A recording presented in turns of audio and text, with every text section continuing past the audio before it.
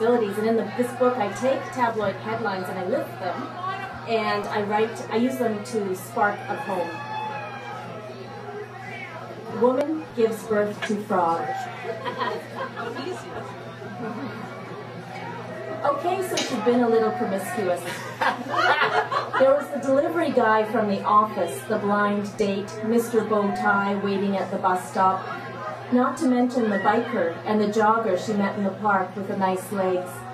But a frog, she just couldn't figure it out. The doctors wanted to know if she'd been swimming in any ponds or wading through marshes. She imagines the nebulous cloud of spawn glittering in the murk and shudders. Beside her in his plastic bassinet, Junior twists in a hospital gown, his rubbery trill the most distinct cry on the ward. There's something familiar about his face, those popped eyes flecked with gold, the strong snout held high. His throat pouch trembles when she rubs a finger down the ridges of his back. She feels a swell of maternal instinct, amphibious and strange.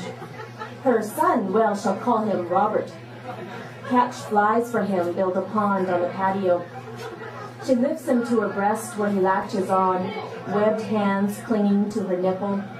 A crowd of nurses watch in wonder as he sucks and swallows, then leaps about the bed, focused and alert. Isn't he something, they say, trying to take his temperature, but they have to catch him first. You're going to have your hands full with this one. She does, a perfect mound of green flesh wriggling between her palms. She's got him. That's all that counts.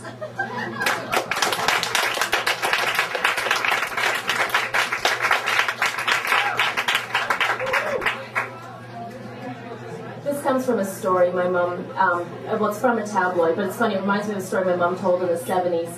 Man jailed after sucking the toes of 3 unsuspecting women.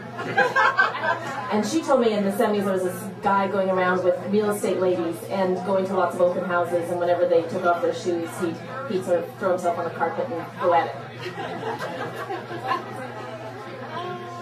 He loves how they bloom on the ends of peduncular legs, pink flowers exuding sweet ecstasy. They bunch together like bees in a swarm, wriggle and flare when dismissed from shoes. Plunger stalks of grass, hot beds of sand.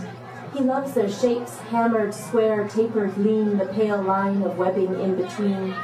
Loves their fat pads, the lack of fingerly pretension. How they clench in fear, get stepped on, stub themselves and hop about. They're his sweetmeats, his Turkish delight, powdered and colored, ready to bite. At parties he crouches on the floor, watches their rise and fall over oceans of carpet and open-toed rafts. Imagines a storm, 5 varnished swimmers overboard flailing. It turns him on. There's nothing to do but wait until madness seizes him and he accosts barefoot women in the park. For now he dreams quintuplets, plays this little piggy with himself in the dark.